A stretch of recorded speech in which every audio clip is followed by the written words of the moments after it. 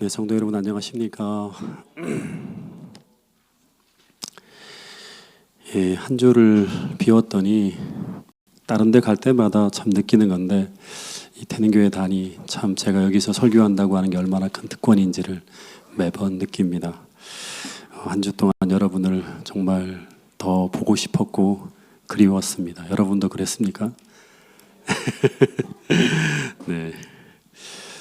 지난 시간 우리 방송 문제로 설교가 녹음되지 못했습니다. 그래서 이 참석은 못하지만 방송으로 듣고 따라오는 많은 분들이 있어서 또 이제 우리 권영근 집사님이 이 다니엘서를 다 지금 필사하시면서 그 책으로 편집하여 만들고 있기 때문에 지난주의 내용이 녹음되지 않으면 이 책의 그 내용을 담을 수가 없어서 오늘은 지난 화요일 녹음이 안 된 내용을 한 번 더 반복해야만 할 것 같습니다.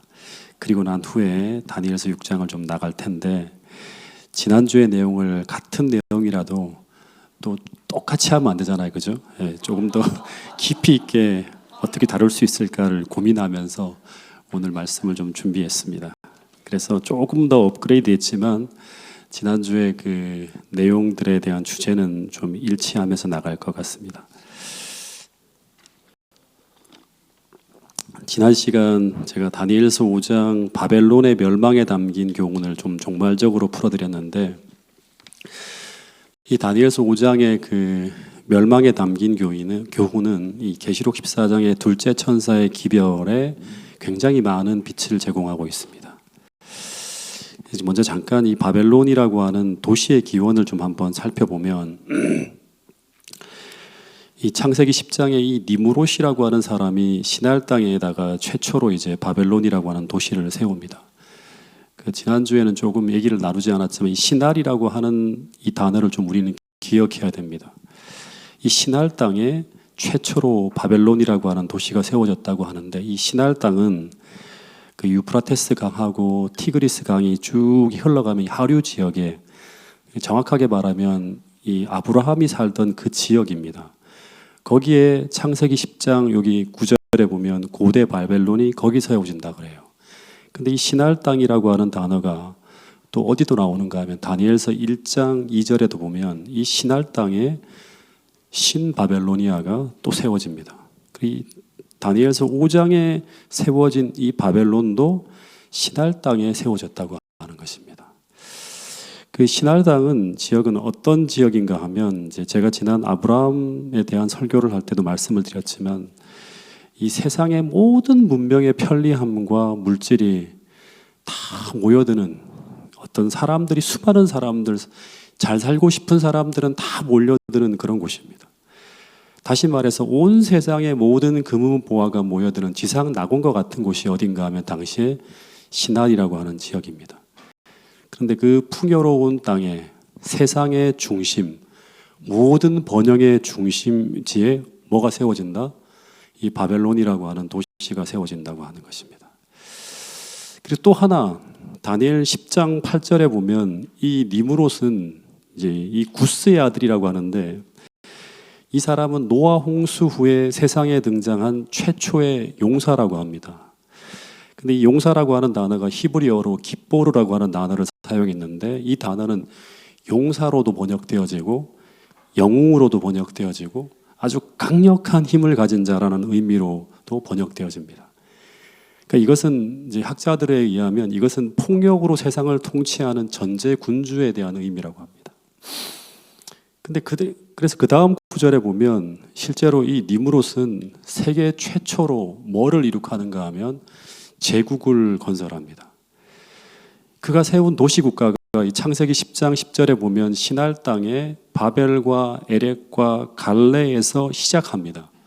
거기 바벨이라고 하는 도시가 처음으로 나오는데 여기서 시작해서 어디로 가는가 하면 그 다음에 보면 아수르 지역인 니느웨로 북쪽으로 쫙 올라갑니다. 예.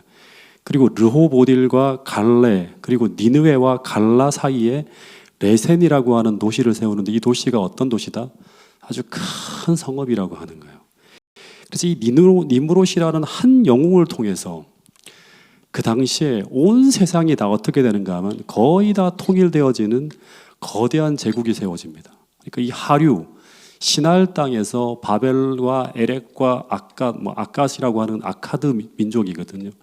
거기서 시작되어진 도시가 북쪽으로 쭉 올라가고 니느웨, 거기다가도 레센이라고 하는 큰 도시를 세우니까 어마어마한 제국을 세운 거예요. 이때가 언제냐 그러면 노아 홍수 이후에 세상이 얼마나 진행되지 않은 그 초기예요. 그때 온 세상의 문명 세계는 다 통일되어진 거죠. 예, 다 통일되어진 거대한 제국이 세워집니다. 그런데 어떤 세상으로 통일되어지는가? 역사의 마지막에도 그렇지만 하나님을 반대하고 불신하는 세상으로 다 통일되어지는 거예요. 예. 그래서 바벨론이 등장할 때 첫 번째, 언제나 이런 카리스마 넘치는 인간 영웅이 등장합니다. 수많은 사람들의 찬송을 받는. 두 번째는 그 한 인간 영웅에 의해서 문명 세계의 대부분이 통일되어지는 역사가 펼쳐집니다. 세 번째는 그 장소는 어디다? 시날이라고 하는 모든 문명 세계가 다 모여드는 가장 풍요로운 땅, 마치 지상 낙원을 꿈꾸게 만드는 그 세상의 중심을 뭐가 점령한다? 바벨론이 점령한다고 하는 거예요. 거기서 바벨론이 시작되어진다고 하는 거예요. 그런데 그 바벨론 제국이 세워지게 되는 그 힘과 그 정신이 무엇인가? 그것은 우리가 사용하는 힘과 정반대예요. 하나님의 사랑이니 섬김이니 아름다운 품성이니 하는 게 아니라 이 하늘에서 온 힘과 정신이 아니라 인간 니무롯이라고 하는 한 영웅의 카리스마와 그가 가진 탁월한 힘과 능력이라고 하는 사실이에요.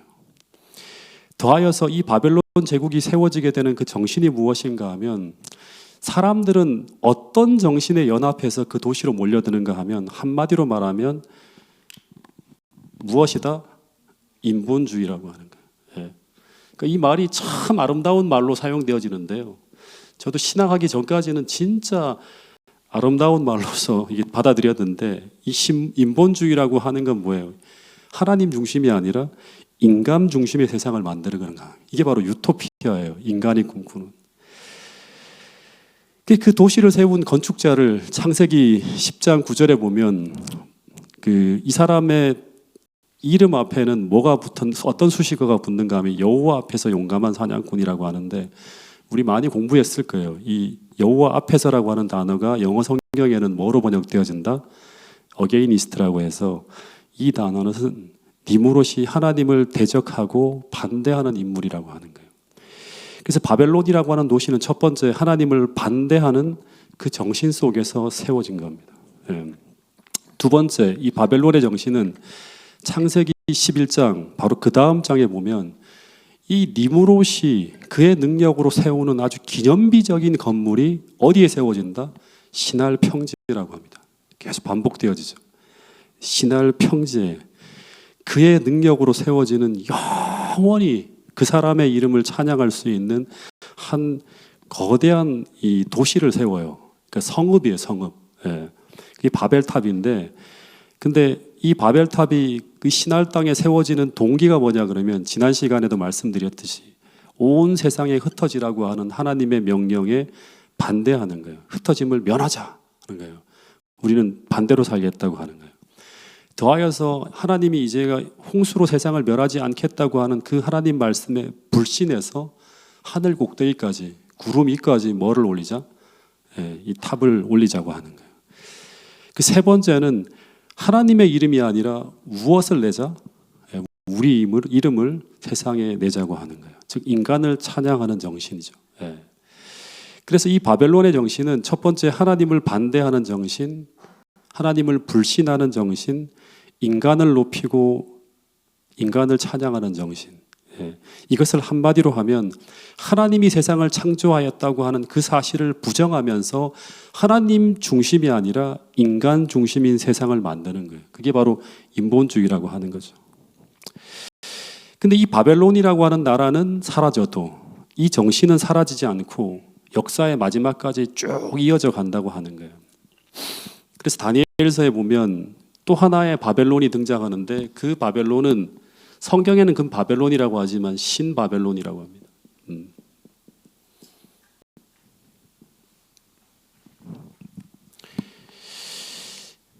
근데 이 바벨론도, 이 신바벨론도 니므롯의 바벨론과 똑같은 방식, 똑같은 정신으로 등장해요. 동일하게 어디에서? 시날 땅에서. 동일한 니므롯과 같은 영웅인 느부갓네살이라는 영웅이 등장하면서 동일하게 고대 근동의 모든 세상을 다 어떻게 하죠? 통일합니다. 통일 제국을 만드는 거예요. 예. 그리고 그 제국이 추구하는 근본 정신도 니므롯 시대하고 똑같아요. 예. 다니엘서 2장에 하나님이 주신 예언의 말씀을 불신하고 반대하면서 다니엘서 3장에 분명히 하나님은 다음 나라로 넘어간다고 하는데도 그 반대의 어떤 금신상을 세우고, 다니엘 4장에서는 하나님이 아니라 인간 느부갓네살을 그 바벨론 도시를 건축한 바벨탑을 세운 니므롯을 찬양하는 것처럼 이 화려한 금덩이 같은 이 바벨론을 건축한 이 인간 느부갓네살을 찬양하고 높이다가 느부갓네살이 어떻게 되죠? 다니엘 11장에 하나님의 개입으로 바벨탑이 무너지는 것처럼 느부갓네살이 완전히 짐승처럼 무너져 버리는 거예요. 더 이상 찬양의 대상이 되지 못하는 거죠. 그래서 이런 정신으로 세워지고 살아가는 바벨론은 반드시 멸망할 것이라고 하는 것을 이 하나님은 계속 스토리를 통해서, 예언을 통해서 계속 가르쳐주고 있어요. 예레미야 50장, 51장에 보면 뭐라고 하는가 하면, 이런 정신으로 세워지고 살아가는 이 바벨론은 반드시 멸망할 것이라고 하는데, 이 바벨론 정신을 하나님은 뭐라고 하는가 하면 교만이라고 합니다. 교만 때문에 무너진다고 하는 거예요. 바벨론은 반드시 무너지게 되는데 여호와를 향하여 교만하였습니다. 교만하는 자를 보라, 내가 너를 대적하나니. 하나님 반드시 그렇게 흘러가는 모든 존재들을 하나님은 어떻게 한다? 대적하고 심판한다고 하는 거예요. 교만한 자가 걸려 넘어지겠고 하는 거예요. 그런데 성경에서 말하는 교만이란 무엇인가? 지난번에 같이 참석하신 분들은 좀 아실 거예요. 성경에서 말하는 교만은 무엇이죠?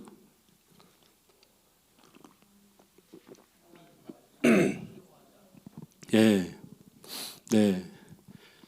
명백한 하나님의 밝은 빛을 받고도, 엄청난 하나님의 역사를 보고도 그것을 부인하고 거절하면서 그 빛대로 살지 않는 것을 가지고 교만이라고 합니다. 노아 홍수 당시에도 마찬가지죠. 그 엄청난 홍수라고 하는 그 어마어마한 역사를, 그 사건을 보고도, 하나님께서 어떻게 하실 것이라고 하는 무지개 언약을 보고도, 그리고 이 노아라고 하는 사람이 끝없이 설명하는 그 이야기를 듣고도 그것을 거부하는 게 바로 뭐다? 교만이에요. 다니엘서 2장부터 4장까지 보면 여기 똑같이 하나님은 계속 그 어둠의 땅 바벨론을 향해서 다니엘이라고 하는 최고의 선지자를 보내서, 또 다니엘의 세 친구의 역사를 통해서, 더하여 느부갓네살의 생애를 통해서 부인할 수 없는 엄청난 빛을 바벨론에 비추고 있었는데, 그런데 그것을 부정하고 거부하며 그 교만의 정신이 정점까지 차올라갈 때 하나님은 어떻게 하시는가 하면, 하나님은 끝까지 영원히 기다리시는 거는 기다리시기만 하는 게 아니라 어떻게 하신다? 창세기 11장에 바벨론에 임하여 그 나라를 무너뜨리고 흩어버린 것처럼 똑같이 하나님이 어떻게 하신다? 바벨론의 심판에서 그 나라를 흩어버리신다고 하는 게 바로 성경에 나와 있는 그 예언의 말씀이라고 하는 거예요. 그 이야기가 다니엘서 5장에 나옵니다. 그 다니엘서 5장의 당시 상황을 보면, 자, 얼마나 공부를 잘하셨는지 한번 물어볼게요. 바벨론의 멸망이 역사적으로 몇 년도에 몇월 며칠 날 그 바벨론이 멸망되어졌죠? 예, 기원전 539년 10월 13일이에요. 그러니까 다니엘서 5장의 이야기는 10월 12일 밤이겠죠. 예. 근데 기원전 605년에 유다 1차 포로 이후 몇 년이 지나가고 있는가 하면 66년이 지나갑니다. 근데 성경을 연구하는 사람은 몇 년이 차면 너희들이 고향으로 돌아가겠다? 70년이 차면이에요. 그리고 돌아가는 거는 바벨론이 멸망해야 되니까 이제 멸망이 임박해 오고 있다고 하는 걸 알 수 있겠죠. 멸망해야지만 그 다음에 돌아오는 길이 열리니까. 그래서 예레미야의 예언대로 70년이 다 차가고 있었고, 그리고 다니엘서 2장의 신상의 금머리의 예언의 주체가 누구다? 느부갓네살이에요. 느부갓네살이 어떻게 됐어요? 죽었어요. 왕은 금벌이라고 했는데 왕이 죽은 지 몇 년이 지나가고 있다? 한 20년이 지나가고 있는 거예요. 예. 금이 사라지고 난 이후에 20년이 지나가고 있어요. 예. 그리고 하나님을 믿는 이들은 이제 금머리 다음에 분명히 뭐가 도래한다? 은나라가 도래할 것이라고 기대하고 있었는데, 근데 이제 더하여서 또 하나의 예언이 이루어져야죠. 그게 뭐예요? 바벨론을 멸망시킬 그 메시아 같은 존재가 등장해야 돼요. 이사야서에 예언된 인물인 고레스라는 인물이 탁 등장한 거예요. 그리고 그가 이끄는 페르시아 연합군에 의해서 지금 어떻게 되고 있다? 바벨론 성이 지금 포위되어 있었기 때문에 만약에 제가 당시에 바벨론에 살던 사람이라면 이 바벨론 멸망의 징조가 어느 정도 차고 넘치고 어마어마하게 어디를 봐도 다 바벨론이 멸망할 것처럼 다 보였을 거예요. 진짜 바벨론이 멸망할 때가 이르렀다 이렇게 생각했을 거예요. 그래서 누구나 그 당시에 하나님이 조금만 겸손하게 하나님의 말씀을 향해서 마음을 낮추고 바라보기만 하면 이제 바벨론이 예레미야 50장, 51장의 예언대로 멸망할 때가 이르렀다고 하는 것을 알려주시는 충분한 증거가 온 세상에 넘쳐나고 있음을 확신할 수 있었다고 하는 거예요. 마찬가지예요. 지금 우리가 조금만 더 영안이 열려서 겸손하게 하나님 앞에 말씀 앞에 우리 자신을 낮춘다 그러면 재림의 징조가 한두 가지가 아니라 넘쳐나고 있음을 분명히 발견할 수 있을 것이고, 그렇다면 어떻게 살까요? 다니엘과 세 친구와 그런 사람들처럼 이 마지막 때를 준비하는 삶을 살 수 있었겠죠. 그 바벨론의 그 독주에 취해서 허렁방탕하게 사는 게 아니라. 그런데 그럼에도 불구하고 왕국에서는 어떤 일이 벌어지고 있었다? 멸망 하루 전날이에요. 왕과 귀족들 천여 명이 모여서 이 바벨론 성은 절대로 멸망하지 않을 것이라고 하는 확신 속에 여호와 하나님이 주신 예언의 빛을 불신하고 그 예언을 조롱하듯 어떤 일이 벌어지고 있었다? 주연이라고 하는 거예요. 주연은 뭐예요? 술잔치죠. 예.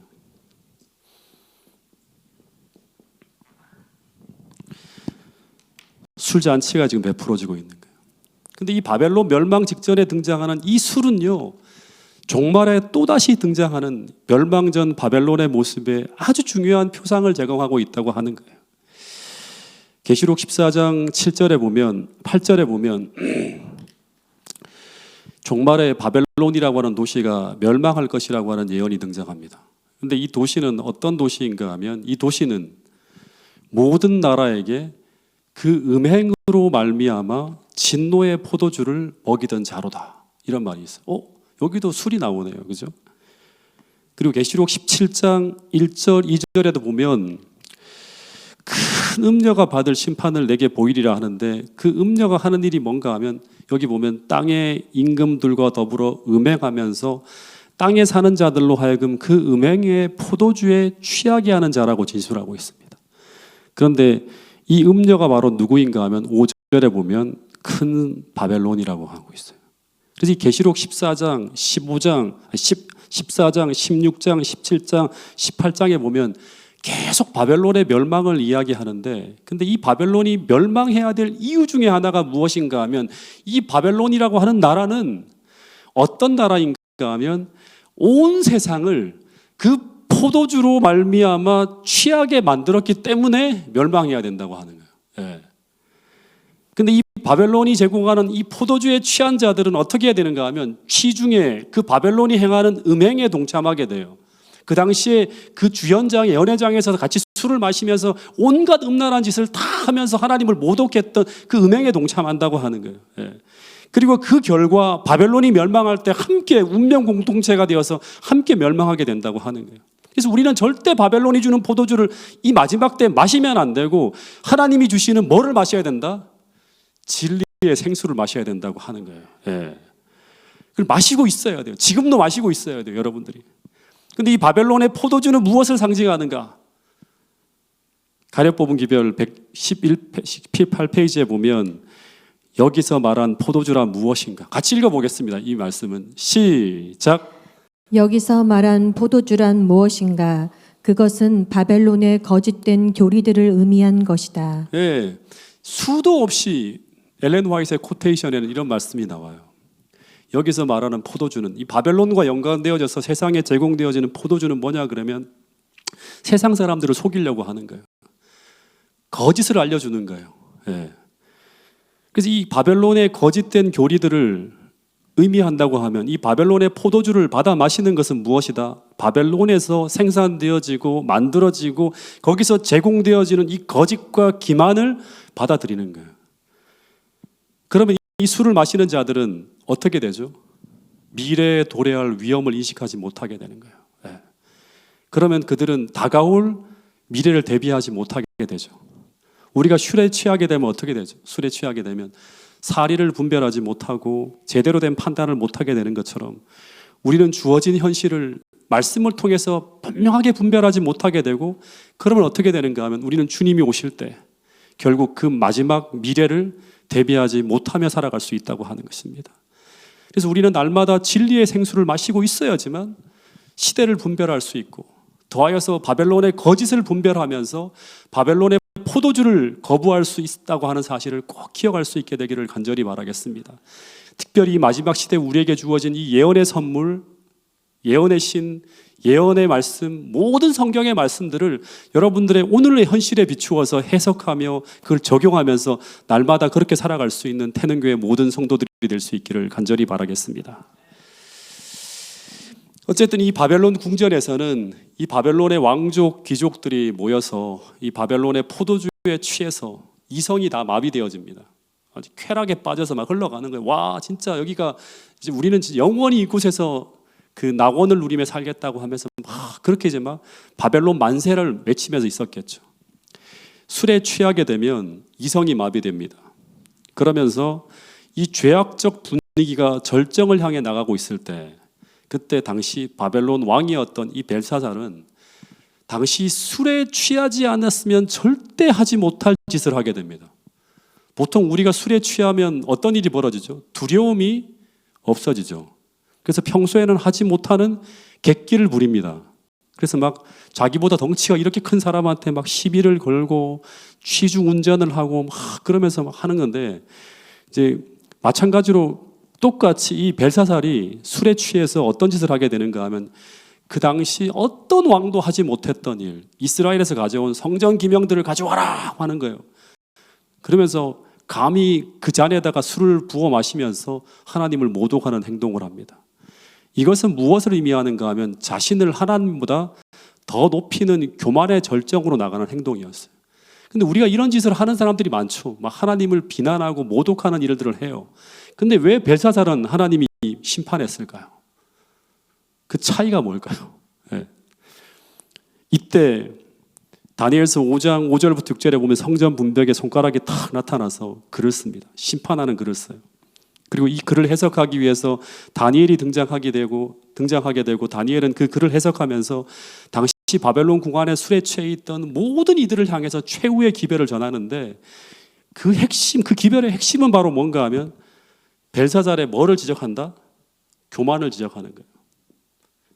여러분 이거는 사단부터 시작해서 계시록의 마지막까지 계속 이야기하는 게 뭐냐 그러면 이 교만이라고 하는 건 뭐냐 그러면 사단이 어떤 빚을 받았죠? 하나님 바로 곁에서 가장 하나님이 어떤 분인지를 가장 찬란하게 분명하게 아는 사람이었어요. 근데 그 빚을 받고도 자기를 낮추지 않고 다른 행동을 했기 때문에 결국에는 하나님이 이 교만을 심판했던 거죠. 벨사살의 교만도 마찬가지예요. 다니엘이 뭐라고 하는가 하면 왕이여 하면서 왕은 왕에 붙인 느부갓네살을 아실 것입니다 하면서 느부갓네살 왕이 하나님의 그 크신 빛을 받았지만 스스로 낮추지 않았을 때 하나님이 그에게 어떤 일을 했는지 그에게 어떤 일이 일어났는지를 알지 않습니까 하는 거예요.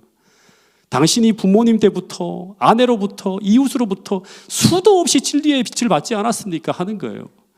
근데 이 큰 빛을 받았으면서도 이 모든 것을 알고도 어떻게 했다?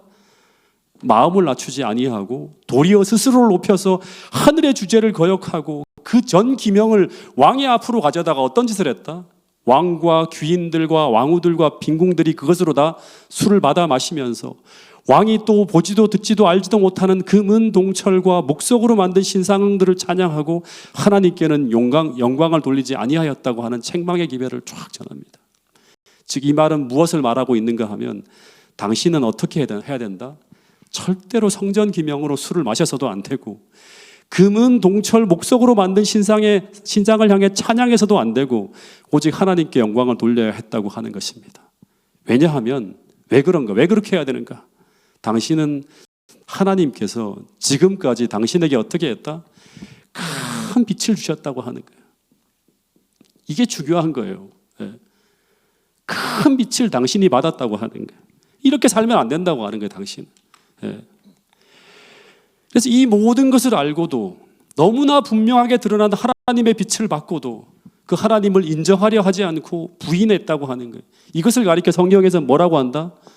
교만이라고 하는 것입니다. 여러분, 정말 중요한 것 중에 하나를 알려드리면 우리가 받은 빛대로 살지 않으면요 어떻게 되는가 하면 우리 인생은 진리와 오류가 뒤섞인 사람이 됩니다. 혼잡한 바벨론이 되어지는 거예요. 그리고 우리는 받은 빛대로 살지 않으면 어떻게 되는가 하면 우리의 잘못된 삶을 인정해 줄 수 있는, 위로해 줄 수 있는 잘못된 기별을 받아들일 수 있는 가능성이 상당히 많습니다. 진리와 오류가 혼재되어져 있는 그런 바벨론으로 살아갈 수 있다고 하는 것입니다. 그래서 하나님은 당시 벨사살을 심판했다고 하는 것입니다. 이 하나님께서 벨사살을 심판할 때 네 가지의 단어를 사용했는데 첫 번째, 두 번째 단어는 뭐냐 그러면 메네라고 하는 단어예요. 이 메네는 뭐냐 그러면 세다, 계산하다라는 뜻인데 하나님이 정확하게 그 삶을 어떻게 했다? 셈하셨다고 하는 거예요. 두 번째 단어가 참 제 마음속에 많이 좀 생각하게 되었는데 그건 뭐냐 그러면 대결이죠. 대결이라고 하는 뭐는 뭐예요? 대결. 저울에 달아보는 거예요. 저울에.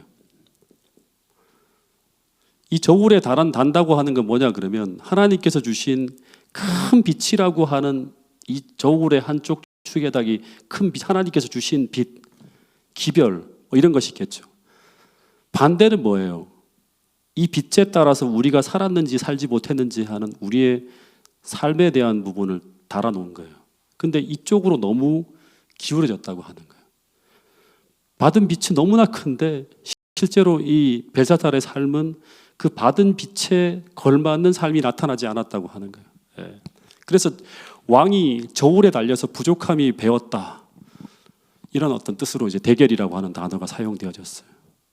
그러니까 하나님이 주신 빛과 그 주신 빛의 양에 비해서 그의 삶에 나타난 결과를 저울에 달아보았을 때 저울추가 빛 쪽으로 너무 기울어지고 있다고 하는 거죠. 받은 빛대로 살지 못했다고 하는 것입니다. 그 결과가 바로 무엇인가 하면 그 결과가 뭐죠? 우바르신이라고 하는 거예요. 이 우바르신이라고 하는 단어는 그 바르신이라고 하는 게 뭐냐 그러면 베레스의 복수형으로 나누어지는 조각들이라는 뜻이에요. 그러니까 이 우바르신은 뭐냐 그러면 흩어지다, 무너지다라고 하는 뜻으로 번역될 수 있는 거예요. 그래서 결국에는 이 바벨론이라고 하는 나라가 무너지고 벨사살이라고 하는 존재가 무너지게 되는 이유는 바로 뭔가 하면 교만이라고 하는 것을 우리가 놓쳐서는 안 되는 거예요. 끝없이 하나님께서는 그 나라로 하여금 바른 길을 갈 수 있도록 계속 빛을 비춰주시고 기별을 보내주시고 큰 빛을 주셨지만 그 나라가 어떻게 했다? 그 모든 것을 거절했다고 하는 이게 바로 교만이라고 하는 거예요. 그래서 교만함은 이 마태복음 7장 26절에 보면 왜 이렇게 안 넘어가죠? 방송실에 아무도 없나요? 네.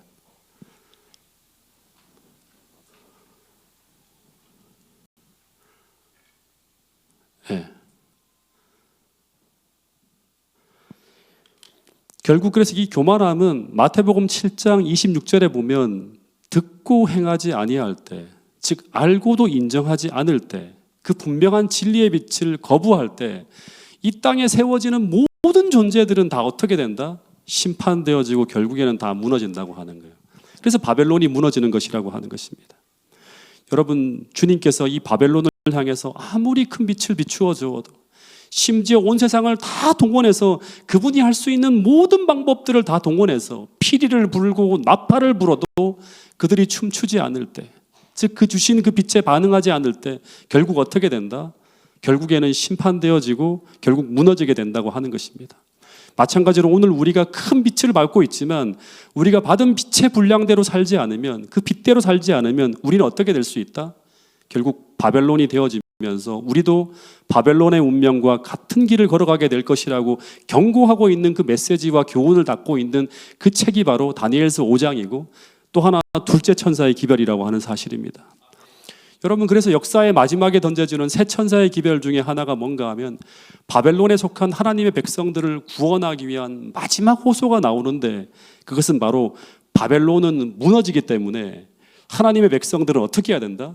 거기서 나와야 된다고 하는 거예요. 네. 어떻게 나올 수 있는가? 어떻게 나올 수 있는가? 새 천사의 기별 중에 첫째 천사의 기별이 뭐죠? 네. 새 천사의 기별, 첫째 천사의 기별 같이 한번 읽어보겠습니다. 계시록 14장 7절 말씀입니다. 시작. 그가 큰 음성으로 이르되 하나님을 두려워하며 그에게 영광을 돌리라. 이는 그의 심판의 시간이 이르렀음이니 하늘과 땅과 바다와 물들의 근원을 만드신 이를 경배하라 하더라. 우리 혹시 한번 생각해 보세요. 다니엘서 5장으로 돌아가서 그 당시에 이 바벨론은 멸망 직전에 있습니다. 하나님께서 그 도성을 향해서 큰 음성으로 이르되, 마지막으로 하나님을 두려워하지 않고 있잖아요. 두려워하며 그에게 영광을 돌리라. 이는 무슨 시간이 이르렀다? 바벨론이 멸망할 시간이 이르렀다고 하는 거예요. 심판하실 시간이 이르렀다고 하는 거예요. 하늘과 땅과 바다와 물들의 근원을 만드신 이를 경배하라. 금은 동철로 만든 그 우상을 숭배하지 말고 창조주 하나님을 경배하라고 호소하고 있는 거예요.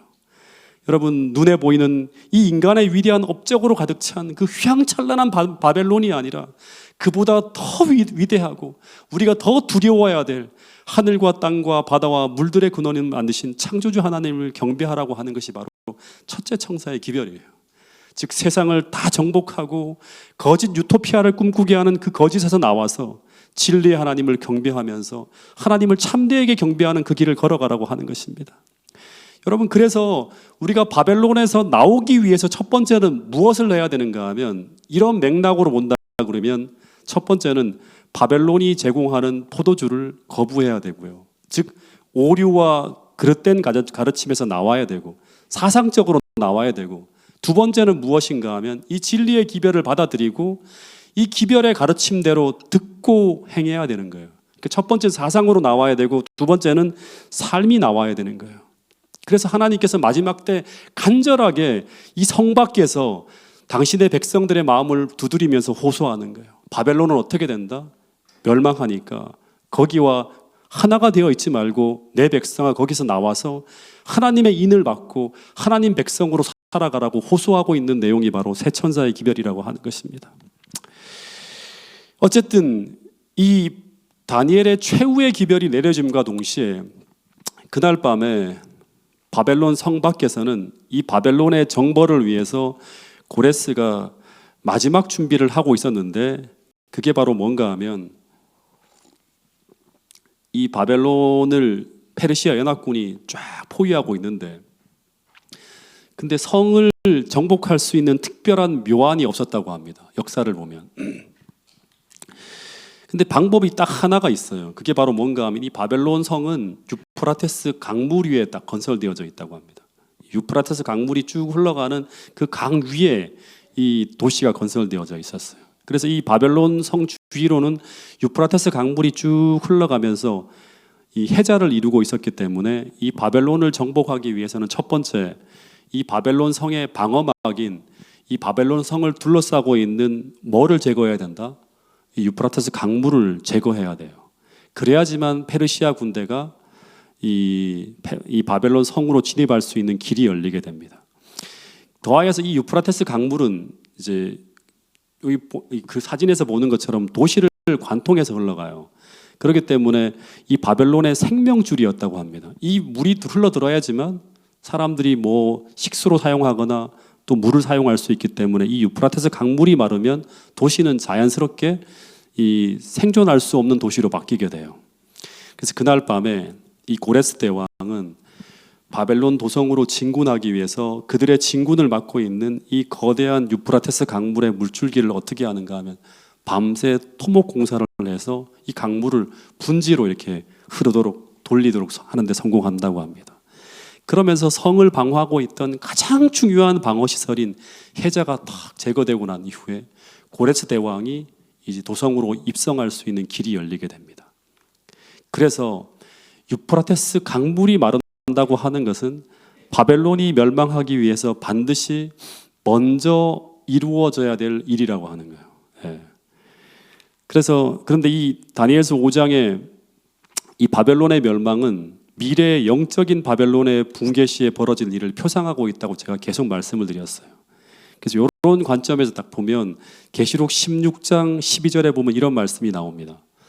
자, 이 말씀도 같이 한번 읽어볼까요? 12절의 말씀을 먼저 한번 읽어볼게요. 시작. 또 여섯째 천사가 그 대접을 큰 강 유브라데에 쏟음에 강물이 말라서 동방에서 오는 왕들의 길이 예배되었더라. 그러니까 여섯 번째 천사가 큰 대접을 큰 강 유브라테스, 이 큰 강 유브라테스의 쏟음에 강물이 말랐어요. 그리고 난 후에 어떤 일이 벌어지는가 하면 동방에서 오는 왕들의 길이 준비되었다고 하는 말이 나와요. 그리고 17절부터 19절까지 쭉 이야기해 보면 그 후에 유프라테스 강물이 마른 후에 큰 성 바벨론이 어떻게 되는가 하면 세 갈래로, 그러니까 우바르시 나는 거죠. 우바르시 나면서 다 갈라져서 무너지게 되는 일이 벌어집니다. 그래서 종말의 일곱째 재앙 중에서 이 16장 12절은 여섯 번째 대접 재앙이에요. 일곱 번째 대접 재앙이 바벨론이 무너지는 거예요. 그러니까 바벨론이 무너지기 위해서 여섯 번째 대재앙에서는 큰 강 유프라테스 강물이 마르고 일곱 번째에서는 바벨론이 무너지는데 그 시작이 바로 뭔가 하면 이 바벨론의 중심 방어 시설이자 생명줄과 같은 큰 강 유프라테스 강물이 어떻게 된다? 마른 일이 시작되어지는 거예요. 이게 마르자마자 동방에서 오는 왕들의 길이 열렸다고 하는 거예요. 그러면 정말 중요한 건 유프라테스 강물이 마른다고 하는 것은 무엇을 의미하는 것일까 하는 거예요. 예. 자, 여기까지만 우리 공부하고 지금 오늘 마칠 텐데요. 계시록 17장 1절에 보면 일곱 대접을 가진 일곱 천사 중 하나가 내게 와서 말하여 이르되 이리로 오라. 많은 무리에 앉은 큰 음녀가 받을 심판을 내게 보여준다고 합니다. 예. 근데 이 음녀는 어디에 앉아 있다? 예, 많은 무리에 앉아 있어요. 예, 이 음녀가. 근데 이 5절에 보면 이 많은 무리에 앉아 있는 이 큰 음녀가 무엇을 가리키는가 하면 이 뒤에 5절에 보면 그 이마에 이름이 기록되었으니 비밀이라. 뭐다? 큰 바벨론이에요. 그러니까 음녀가 뭐다? 바벨론이에요. 바벨론은 어디에 앉아 있다? 많은 무리에 앉아 있다고 하는 거예요. 근데 이 많은 물은 뭘 가리킬까? 바벨론이 앉아 있는 많은 물은 뭐를 상징할까? 15절에 보면 자, 이 말씀도 같이 한번 읽어보겠습니다. 시작. 또 천사가 내게 말하되 내가 본 바 음녀가 앉아 있는 물은 백성과 무리와 열국과 방언들이니라. 예, 음녀가 앉은 물이 상징하는 게 바로 뭐다? 예, 열국 백성 무리라고 하는 거예요. 즉 사람들의 지지 기반을 가리킨다고 하는 거예요. 그래서 이 바벨론이 멸망하려면 이 바벨론을 지지하고 따르고 있는 그 어마어마한 물, 다시 말하면 온 세상을 다 정복한 듯 모든 세상 사람들이 다 지지하고 있는 이 어마어마한 물, 어마어마한 사람들이 어떻게 해야 된다? 사라져야 돼요. 그러니까 이 바벨론을 떠받치고 있는 어마어마한 지지 기반의 세력이 다 흩어져야 된다고 하는 거예요. 이 말은 곧 무엇을 말하는가 하면 어마어마한 사람들이 이 바벨론에 속았다고 하면서 그 지지를 처리하는 일이 벌어져야지만 어떤 일이 벌어진다? 예수님이 오실 수 있는 길이 열린다고 하는 거예요. 마치 바벨론의 멸망 직전에 이 바벨론의 생명줄과 같은 이 유프라테스 강물이 마르는 것처럼 이 생명줄이 끊겨야지만 어떤 일이 벌어진다? 동방에서 오는 왕들의 길이 예비되어진다고 하는 거예요. 이 동방으로부터 오는 왕들이라고 하는 것은 무엇을 가리키는가 하면 바벨론을 멸망시키기 위해서 오는 페르시아의 왕들이죠. 고레스와 다리오처럼 예수 그리스도와 아버지 하나님을 가리키는 것이죠. 성령 하나님은 이미 이 땅에 있으니까. 그래서 예수님이 재림하시는 길이 예비되어지기 위해서는 이 바벨론을 둘러싸고 있는 이 수많은 사람들의 지지 기반이 사라져야 된다. 그래야지만 바벨론이 무너지고 그리고 난 후에 뭐가 이루어진다? 예수 그리스도의 재림이 이루어진다고 하는 것입니다. 그러면 마지막으로 이 바벨론을 따르고 지지하는 이 어마어마한 사람들이 어떻게 사라지게 될까요? 이 거짓 기별과 이적으로 완전히 바벨론의 포도주에 취해 있는 이 세상의 수많은 사람들을 우리가 어떻게 깨어나게 할 수 있을까요? 그것은 바로 계시록 18장에 우리가 전하는 새 천사의 기별이 큰 소리로 전해질 때, 그때 바벨론은 흔들리게 되고 그리고 유프라테스 강물은 마르게 된다고 하는 것입니다. 즉 새 천사의 기별의 핵심은 바로 뭐냐 그러면 무너졌도다 큰 성 바벨론이야 하는 것처럼 바벨론의 거짓과 불의를 폭로하며 그 바벨론은 반드시 무너질 것을 전하고 있는 그 내용들을 담고 있는 것이 바로 둘째 천사의 기별이라고 하는 것입니다. 여러분, 그래서 이 태능교회의 변화와 부흥의 핵심 가치 중에 세 번째가 바로 뭐냐 그러면 재림 준비인데, 재림 준비의 핵심 중에 하나가 바로 뭔가 하면 오늘 태능교회 모든 성도들이 우리가 세상에 전해야 될 이 새 천사의 기별이 무엇인지를 연구하고 그 연구되어지고 깨달은 그 진리를 땅끝까지 전하는 것이에요. 그래서 주의 오실 길을 예비하는 자들로 거듭나야 된다고 하는 것이 재림 준비의 핵심이라고 하는 것입니다. 그것을 위해 오늘 우리가 이 공부를 하고 있는 것이고, 또 이 기별을 그냥 전하는 게 아니라 성령의 능력으로 전해야 되기 때문에 기도회를 열고 하는 것입니다. 여러분, 그냥 우리가 단순하게 모여서 그냥 우리끼리 행복하게 지내자고 하는 것이 아니라 우리는 선교를 위해서 거듭나야 되는데, 선교의 컨텐츠가 바로 무엇인가 하면 이 새 천사의 기별을 땅끝까지 전하는 것입니다. 여러분, 우리가 무엇을 전해야 되는 사람이고, 우리는 정말 바벨론에서 나왔는지, 우리는 진짜 받은 빚대로 살고 있는지, 진리대로 우리가 성화되어져 가는 살아가는 삶을 살고 있는지, 이 시간 여러분 자신들을 한번 되돌아보고 다시 한번 우리가 진리로 우리 자신을 다시 한번 무장할 수 있는 그런 태능교회 모든 성도들이 될 수 있기를 간절히 바라면서 오늘 말씀을 줄이도록 하겠습니다.